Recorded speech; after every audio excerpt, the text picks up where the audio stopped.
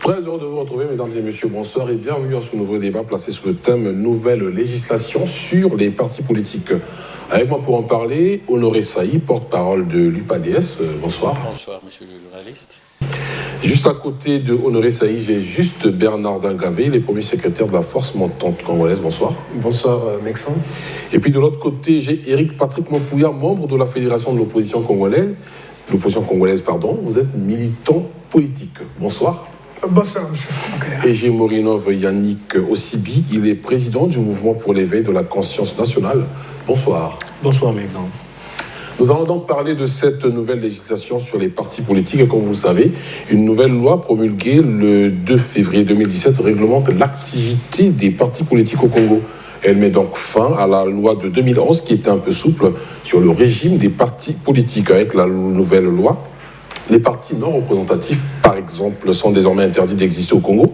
On peut citer sur cette longue liste des partis qui font figure de proue de l'opposition, comme l'UPRN de Mathias Nzon, le MES de Claudine Mounari, le PSDC de Clément Mirassa, l'UPC de Paulin Makaya, ou le parti non représentatif qui sont sur la liste des 57 formations déjà reconnues. C'est le cas du FP de la ministre Hermela Doukaga, du FURC de Raymond Timothée Makita ou de RAPCO du docteur Stanislas Ebata Mongo, des partis pas du tout connus du grand public. La première question que je poserai à mes invités est celle de savoir quelle est leur analyse personnelle sur cette loi. Est-ce que cette loi ne vise-t-elle pas à réduire l'espace démocratique au Congo? Mais avant d'en arriver là, je vous propose de repartir du côté de la régie et de suivre ce qui suit.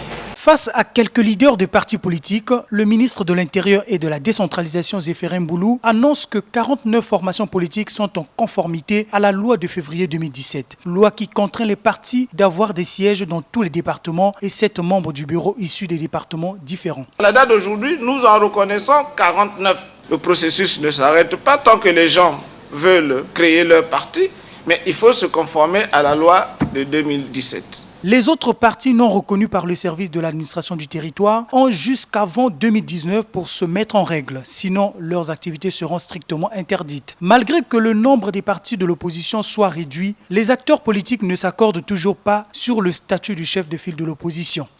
L'opposition congolaise est plurielle, elle est composée de plusieurs tendances.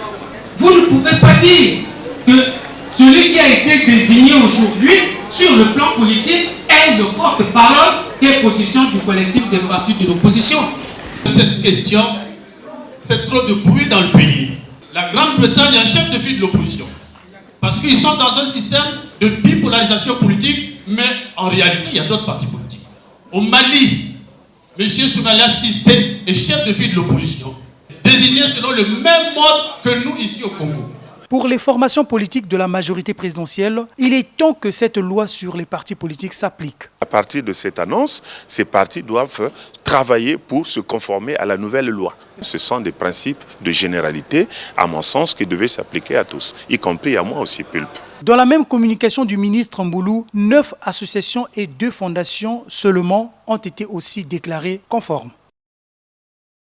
Honorable Saï, quelle est votre analyse personnelle sur cette loi? Bon, écoutez, je crois que lorsque l'on parle de l'espace démocratique, il faut que nous puissions serrer le genre de démocratie dont on a besoin. Est-ce que nous allons parler d'une démocratie des incrédules ou bien de la démocratie universelle? Si aujourd'hui nous avons édicté une loi qui est l'émanation des multiples concertations, parce que dans cette loi, il n'y a pas que la lettre, il y en a eu l'esprit. Il y a eu des travaux préalables pour que cette loi aboutisse. Et si donc aujourd'hui nous parlons d'une loi qui essaie de régler ce que l'on appelait, que l'on ne veut pas reconnaître, une certaine pétodière politique au Congo, je crois, à mon avis, humblement, et en m'inspirant même de ce que disait à l'époque Monseigneur Kombo, lorsque le doigt vous montre l'horizon, mais ce n'est pas le doigt qu'il faille regarder, c'est l'horizon. C'est même une grande occasion pour ceux-là qui ont fait de l'émiettement politique de se regrouper. On entend dire telle formation ou tel groupement de partis politiques ou tel autre. Mais c'est le moment d'être ensemble, d'autant plus qu'ils forment déjà une coalition. On leur donne aujourd'hui la latitude d'être ensemble et de constituer une force politique. Mais qu'ils se mettent à l'évidence et que nous allions tous à la conquête du pouvoir politique. Je crois que seul, on va très vite. Mais ensemble, on va plus loin. C'est le moment pour eux de cesser de confondre la vitesse avec la longueur.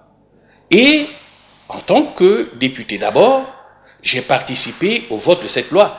Si cette loi aujourd'hui doit régir la nation congolaise ou la formation des partis politiques au Congo, elle n'est que la bienvenue. Elle n'est que la bienvenue. Non pas que je participe les critères de sélection à partir desquels tel parti ou tel autre serait reconnu, non. Ça, je ne sais pas. Quel est le critère qui a fait que tel parti ou tel autre soit reconnu et intègre le groupe des 49? Pourquoi tel autre et tel autre ne le sont pas? Ça, monsieur le journaliste, n'attendez pas quelque chose de mauvais de notre part, étant entendu que la préoccupation de l'Union panafricaine pour la démocratie sociale, c'est de construire cette nation. Et nous la construirons avec un pacte républicain qui nous permette, sur des questions essentielles, de nous entendre et d'avoir des divergences sur ceux qui ne font pas nécessairement l'opinion, qui ne font pas nécessairement notre adhésion. Construire la nation sur le pacte républicain, telle est votre analyse. Juste Bernardin Gavet, vous êtes le premier secrétaire de la force montante congolaise. Est-ce que vous partagez l'avis de M. Honoré Saï? Est-ce que pour vous, cette loi vise-t-elle à réduire l'espace démocratique au Congo? Quelle en est votre analyse personnelle? Parler de réduction de l'espace politique, je pense que c'est abusé, parce que, qu'on ne le veuille pas, pour répondre les propos de Max Weber qui disait que les partis politiques sont les enfants de la démocratie, du suffrage et de la nécessité de mobiliser et d'organiser les masses. Vous comprenez par là que tant que nous aurons le processus démocratique en cours dans notre pays, tant que nous aurons le suffrage universel, les partis politiques devraient exister. Mais il faudrait aussi que ces partis politiques soient encadrés, réglementés. Et à partir de ce moment-là, nous pensons que la loi de 2017 n'est que l'aboutissement d'un processus. L'honorable Saïd l'a dit tout à l'heure, la loi sur les partis politiques, la loi du 12 mai 2017, a une histoire. L'histoire de cette loi part de la concertation politique d'Evo. Déjà à Evo, les acteurs politiques, même ceux qui aujourd'hui se montrent radicaux, étaient pour une application stricte de la loi sur les partis politiques, mais aussi pour l'assainissement de l'espace politique. Et chemin faisant, les débats ont été relancés au cours de la concertation de Dolizy. Même à Sibiti, ce point était à l'ordre du jour des débats. Et donc, après Ouesso, voir que cette loi aujourd'hui existe, c'est dire que nous avons fait un pas et qu'aujourd'hui, les opinions qui sont dégagées au sein de la classe politique, pour revenir à l'esprit dont parlait l'honorable Saïd sur ce plateau, nous pensons qu'aujourd'hui, c'est l'aboutissement d'un processus et que nous devons y aller. Bon, maintenant, reste à savoir pour ceux qui s'opposent, si le problème que pose cette loi, c'est un problème de légalité, nous aurons le temps d'en débattre. Monsieur Morinov Yannick Osibi, vous êtes le président d'un grand mouvement, celui pour l'éveil et de la conscience nationale. Votre analyse personnelle sur cette loi, est-ce que vous pensez que cette loi est de nature à réduire l'espace démocratique au Congo, donc la réduction des partis politiques au Congo? Je dirais oui, en même temps je dirais non. Parce que non, pourquoi? Parce que si nous sommes conscients que cela a déjà fait objet d'un débat et que nous avons trouvé des compromis ou encore un consensus qui s'est dégagé après le débat, je pense que à l'application, cela ne devait plus susciter tant de questionnements ou encore tant de débats. Bon, de l'autre côté, je dirais qu'on a comme l'impression que nous voulons d'une démocratie compromettante au Congo. C'est-à-dire? C'est-à-dire pourquoi? Pourquoi cela suscite autant de débats? Parce que nous sommes à la veille de la mise en place, j'insiste sur ça, de la mise en place des conseils, les conseils consultatifs. Et du coup, ceux qui sont dans les sphères de décision, ceux qui ont le pouvoir se disent, ben, tel élément, il est gênant pour nous, nous allons le déclasser, il faut appliquer telle loi, puisque la loi existe depuis. On a donné un délai de 6 mois, pourquoi avoir attendu si longtemps pour arriver à l'application de cette loi? C'est là le problème. Pourquoi maintenant? C'est la question qu'on doit se poser. Parce que, tout simplement, il y a M. X qu'on ne veut pas le voir, ou bien il y a des membres de X ou Y parti politique qu'on ne voudrait pas voir dans les conseils consultatifs. Donc c'est quelque peu calculé. Hein, donc c'est quelque peu ce qui laisse à transpirer. Hein, ça transpire. De mon point de vue, hein, d'après mes analyses, je pense que c'est quelque chose qui n'est pas normal pour notre démocratie. C'est là une manière d'étouffer encore la démocratie. Déjà que nous l'avons fait pendant le référendum, nous avons dit aux jeunes, allez-y, on va changer la Constitution pour vous la jeunesse, pour faire une place à la jeunesse, une belle place à la jeunesse. Mais après, quand on arrive pendant les élections législatives, c'est l'Assemblée qui vote des lois pour empêcher à cette même jeunesse de se présenter aux élections. Donc il y a un problème. Voilà pourquoi je dis, on a comme l'impression que nous avons besoin d'une démocratie compromettante au Congo. Éric Mampouya, on a parlé de rencontres de Sibiti, rencontres de Evo, rencontres de Wesso. On a parlé d'une espèce d'entente entre l'opposition et le parti au pouvoir sur toutes ces questions. Votre analyse là-dessus? Monsieur Fokumakaya, nous nous adressons à un public très large. Le public congolais a, des petits problèmes. Des petits problèmes avec les mots. Nous utilisons des mots qui n'ont pas de sens, des mots dont on tronque les significations. Or, les mots ont un sens. Et les mots ont une origine. Les mots ont une histoire. Parler de démocratie au Congo,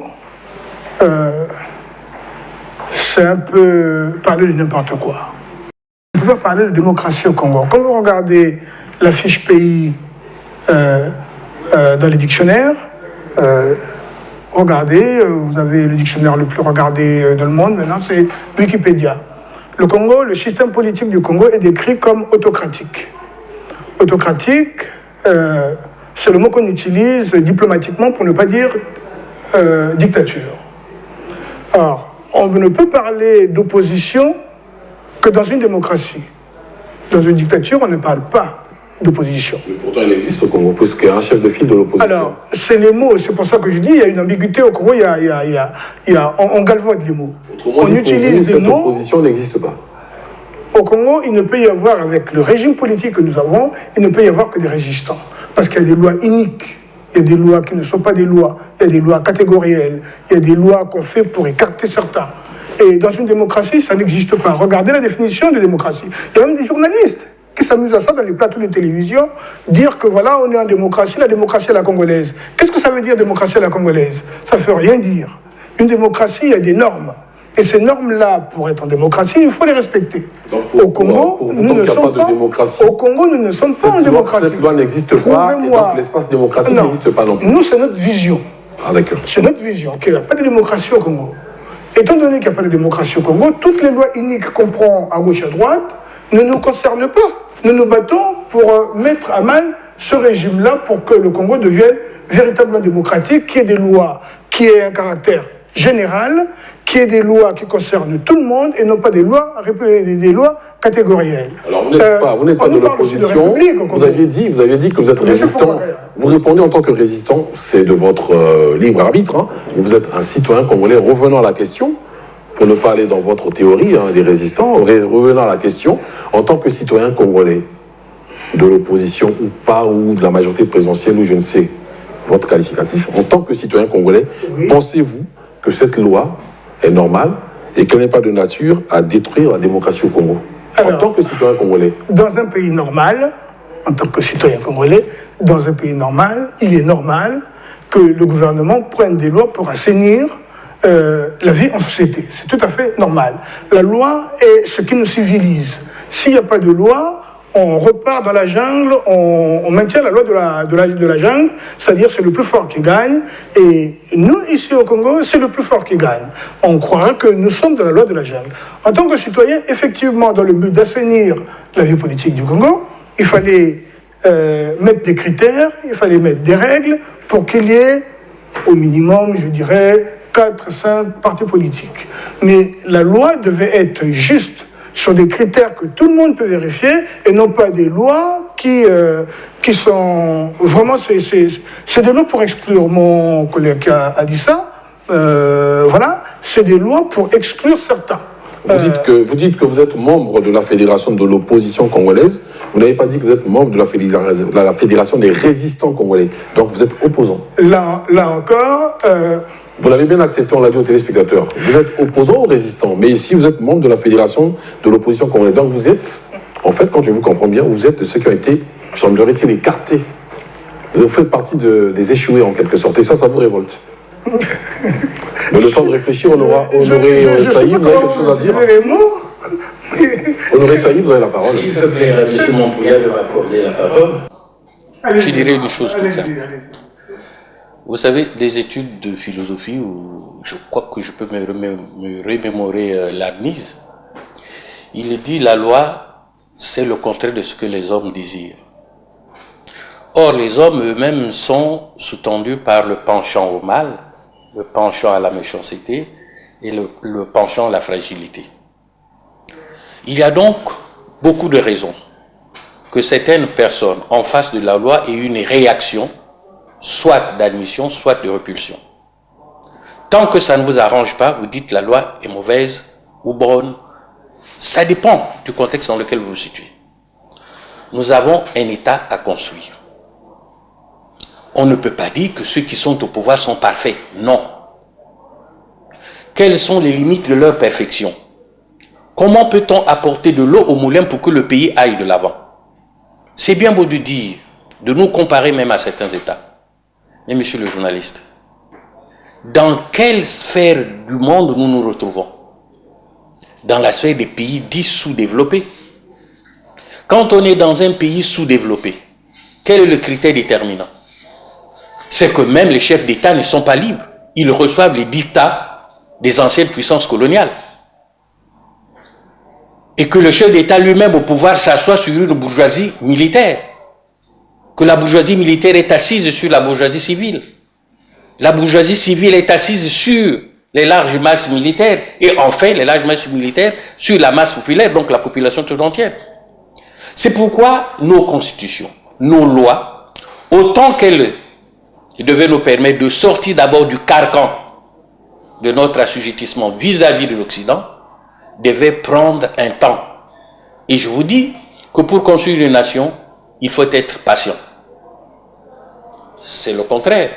Quand on a essayé de comparer les oppositions, nous n'avons pas inauguré l'opposition, nous n'avons jamais apporté dans notre mode de gestion de l'opposition des pronunciamentos, des barricades, des défenses des démocraties par tous les moyens. Non! Le pays est dans l'état de sous-développement au point où... Oui, mais honorable Saïd, vous avez dit tout à l'heure qu'il faudrait apporter de l'eau au moulin pour que le pays avance. En le disant, tout de suite on pense que vous êtes là en train d'accompagner le pouvoir. Et que finalement, entre vous et le pouvoir, il n'y a pas de différence. Mais qu'il plaise à ceux qui ont une vision réductionniste de penser à ça. Nous sommes tous dans un pays. Et le pays veut que pour qu'il se conduise, qu'il y ait des gens qui disent une chose et les autres le contraire. Est-ce que vous dites le contraire actuellement avec le pouvoir? Mais bien entendu. Comme quoi? Bien entendu. Mais écoutez, monsieur, c'est pas une construction en fin de oui, oui ou de non, non. S'il y a des choses pour l'intérêt de la nation, il n'y a ni opposition, ni majorité. Prenez l'exemple tout patent de l'Allemagne. Prenons l'Allemagne aujourd'hui. Prenons les autres majorités qui se sont construites en Italie et ailleurs. Prenez prenez même un moment où certains ministres socialistes se sont retrouvés dans les gouvernements, soit de Sarkozy ou je sais pas. Le cas du terrorisme en France. Voilà. Il y a des questions d'intérêt national. Et moi, je veux que nos opposants, que notre majorité s'arc-boute sur les questions de construction de notre État.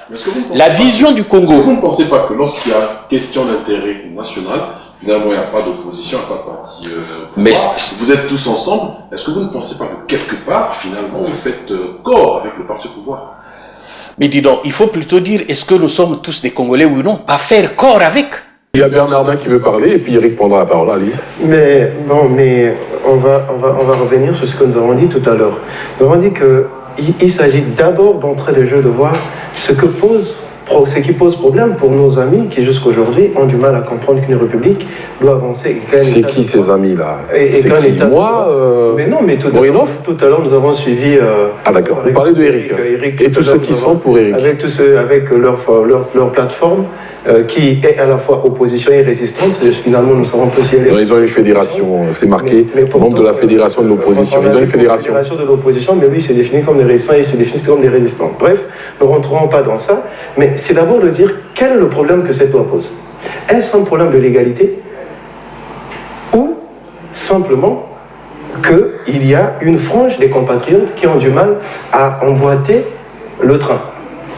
Si c'est un problème de l'égalité, nous avons dit tout à l'heure, nous en débattrons et je pense qu'à partir de ce moment-là, Eric pourrait nous dire que telle disposition pose des problèmes de l'égalité et là, on aura un débat qui se base sur la légalité. Oui, mais Bernardin, il faudrait quand même dire que parmi les 57 partis politiques retenus, juste une précision, parmi les 57 partis politiques retenus, au lieu de 49, comme disait le ministre tout à l'heure, il y a des partis qui ne sont pas représentatifs sur toute l'étendue du territoire national. C'est le cas du FP, de la ministre Hermela Doukaga, du FURC de Raymond Timothée Makita, ou du RAPCO du docteur Stanislas Ebata Mongo. On a comme l'impression, finalement, que ces partis qui sont retenus, mais qui ne sont pas représentatif sur toute l'étendue du territoire national, on a comme l'impression, et là peut-être qu'Éric aura raison, que ça a été quelque chose de choisi.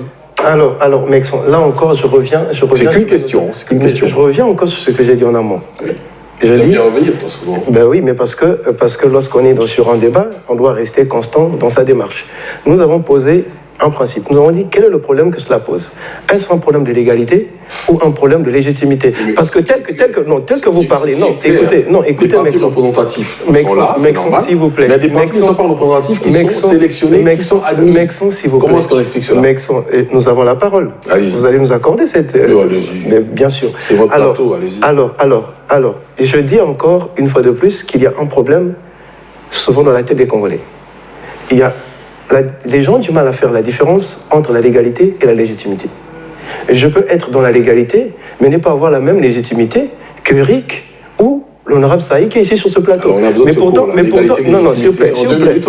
S'il vous plaît. La légalité, c'est la conformité à la loi.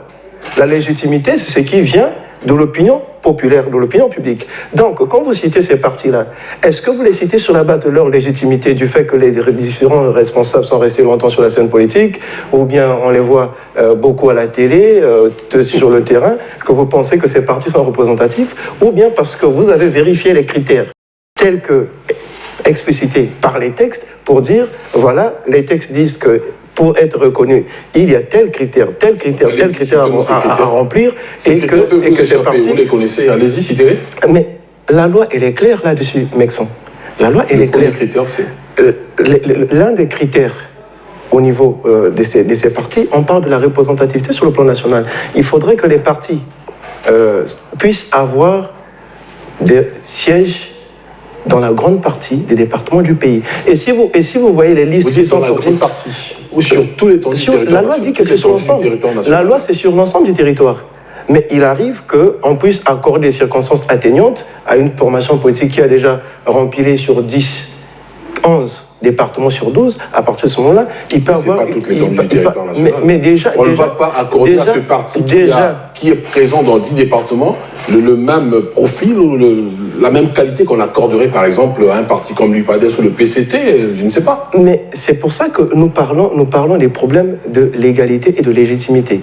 Et nous avons dit tout à l'heure que... Non, mais c'est le premier critère. Mais le premier critère, il est là, la représentativité départementale. Donc, selon vous, maintenant, le FP de la ministre Hermela Doukaga, on l'accepte parce que ce parti est dans près de 9 départements, ou 10 ou 12, enfin 11.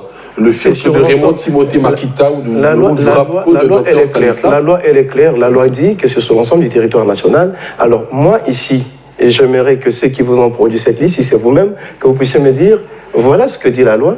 Et nous avons constaté que dans telle formation politique, les critères ne sont pas remplis, mais que ce parti politique se retrouve sur la liste. Si on n'en parlerait pas. Morinov. Oui, exactement. Parlons de la légalité et légitimité dont M. Gavet fait allusion. Moi, tout à l'heure, vous avez évoqué un fait, le FP. Je suis l'un des rares Congolais qui a eu la chance de sillonner tout le territoire congolais. Je suis allé à Ouessou, j'ai jamais vu un siège du FP. À Infondo, pareil. Evo, pareil. La cuvette centrale, la cuvette ouest, pareil. Alors, dites-moi, monsieur le Premier secrétaire, cette légalité de la FP, puisqu'il figure dans la liste que le ministère de l'Intérieur, dont vous êtes d'ailleurs un brillant cadre, là-bas, a publié, a reproduit. Le FP n'existe au nord que dans le plateau. Dites-moi, est-ce qu'il y a une forme de favoritisme ou c'est parce que Donc, on est au gouvernement, on est député, on reste intouchable à la loi. Là, je pense que nous sommes en train de subjectiviser inutilement le débat. Nous subjectivisons inutilement le débat.